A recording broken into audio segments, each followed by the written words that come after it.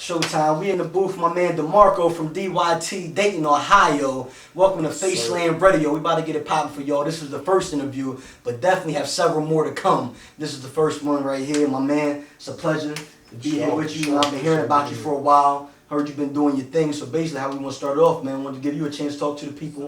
Let the people know where you're DeMarco, aka Mr. Good at It, representing Dayton, Ohio. Been holding it down, y'all know what it is. I got an album in stores, I'm good at it. It's everywhere in the city right now. Go cop it if you haven't. You tripping, it's a classic. And also, you can check me out on MySpace /DeMarco275, and that's DEMARCO 275. Definitely gonna pub that. We gonna hit it again, you know what I'm saying? You got this shirt, the album called I'm Good in 2008. It's all about living a good life, baby. I'm your man Ron Star. We gonna get it started, man. You know, basically I just wanna give you a chance right now, your time to shine. And talk to the public, man. Talk to the people. Let them know, you know, when it's new artists, you know, everybody usually has an inspiration. You know, not everybody, but most people usually have inspiration. Somebody who inspired them and motivated them to get in the game and continue, you know, having that passion, that drive. So if you would just, you know, tell me who some of the people that you looked up to in the past that got you started, and who some of the cats you compare yourself to in the industry right now. Real talk, man. I'm a hip hop historian. You feel me? I've been in it for a minute, and it's cats like I can start from Rakim to EPMD to Ice Cube, you know what I'm saying, to Biggie, Nas, Face, representative for the South, you know what I'm saying. All the legends in the game, man. It's like Jay, of course, I can't forget Jay. They all influenced me, and what I had to learn was it's easy when you first start, you know what I'm saying, doing this hip hop to kind of pattern yourself after everybody, and you kind of sound like them. So through listening to all these dudes, I kind of came up with my own style. And it was like a mixture of everybody that I was feeling at the time. And so that's what I put into my music now. The storytelling, the Slick Rick, the lyricism of Nas and them. You know what I'm saying? The wit of a Biggie or a Jay-Z. The complete package. You feel me? You know what I'm saying? The humor of a Red Man.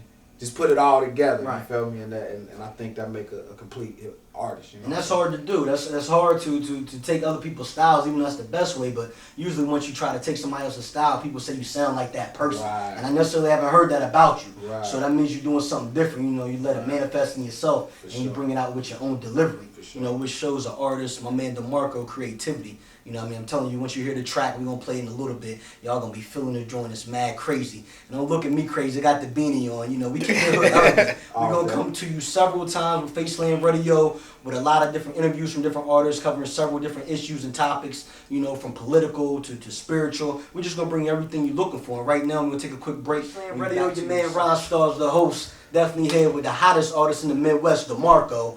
And before, you know, I want to get back, man, I ask you a question, because hip-hop right now, it's a lot of things going on. You know, white people love it, then white people hate it. Black people love it, then black people hate it. Chinese people love it, and they just trying to make it dirt. But we know where it started from, definitely in our urban community. So we got to keep the face and let them know that we started it, and we're going to finish. We ain't going nowhere. I mean, a lot of the artists right now, for example, Young Jock just got caught up in a little jam in Ohio, man. You know, walking through the airport with a gun.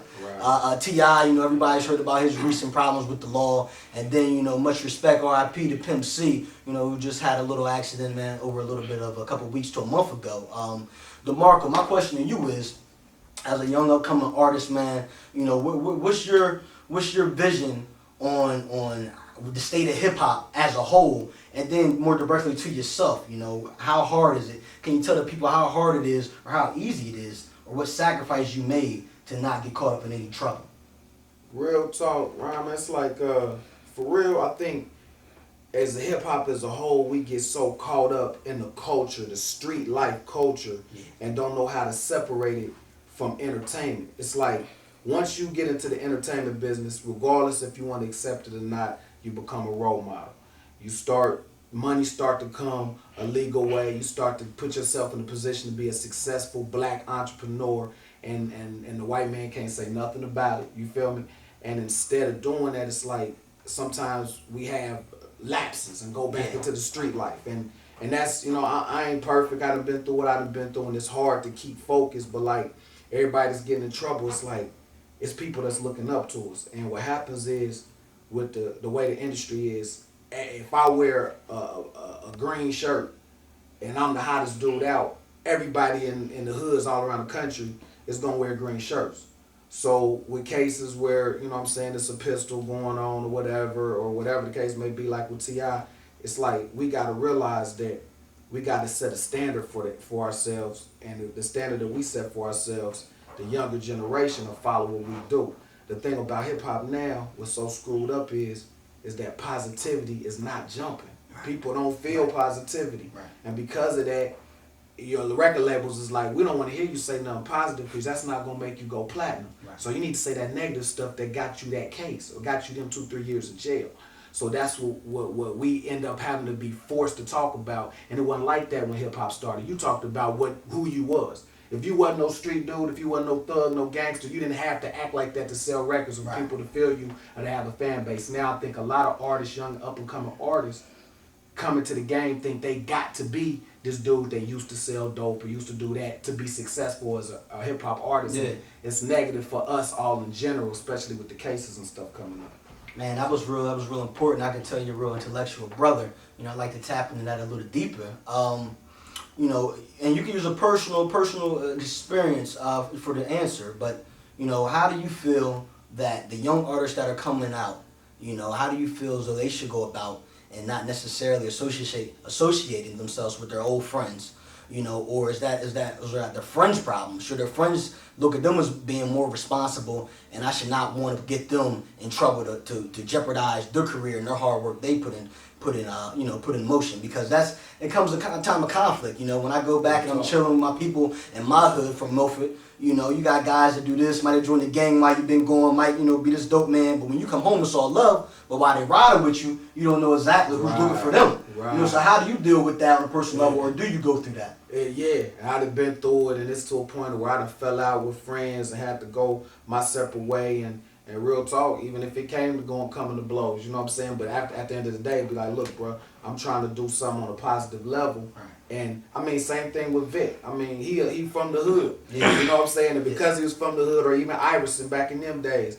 they had friends that's their lifestyle. That's what they live. They don't know nothing different. They wasn't able to separate the fact that you got to leave that back in the hood. Yeah. Because this man is trying to do something positive, and the world's looking at him.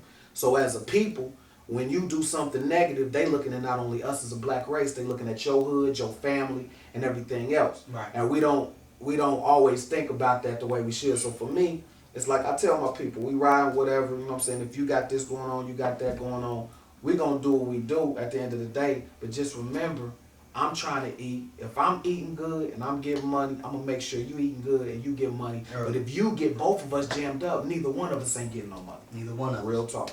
That's real talk. You listen to this man, DEMARCO. I like this guy. DYT telling you the hottest cat in the Midwest. And what's the shirt say? I'm good at it. So you know what it is. You know what it is. DEMARCO, real quick, man. Tell the people, you know, where you trying to take it, man. You know, there's a lot of rappers that never be heard. And, you know, some people don't want to be heard. Right. You know, I mean, where do you see yourself in the next 5 years? And what's the point where you feel as though you became successful at this thing we call hip-hop? I think I became successful at the point where, even at my downest points, or I said a verse or did a song where I didn't particularly think it was all that hot, or it was just okay, that I see reactions like, wow, you know what I'm saying? And I'm thinking to myself, like, that wasn't even nothing, you know what I'm saying? Like, wait till I hit y'all with something that I'm like, whoa, you know what I'm saying? Then you really go, you feel me? So I want to take it to another level. I want to entrepreneur. I want to be real talk. I want to be like a Cube, or like what Will Smith doing, and T.I. to be able to take it to the acting level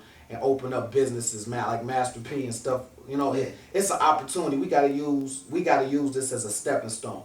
And also at the end of the day, man, I love this hip hop. So 100 years down the road, when y'all talk about the hottest cats that ever did it, man, I want DEMARCO name to come up. And I feel like if you're an artist, you need to have that passion like that, like Da Vinci and you know what I'm saying, Michelangelo. It's like now thousands of years you still hear their name, because they was legends at what they did, and that's why I want it to be with me. Say my name with Biggie, Pop, and Jay. You feel me? And there's nothing wrong with that, because when they say your name, that means you remember, and you only remember for doing something good.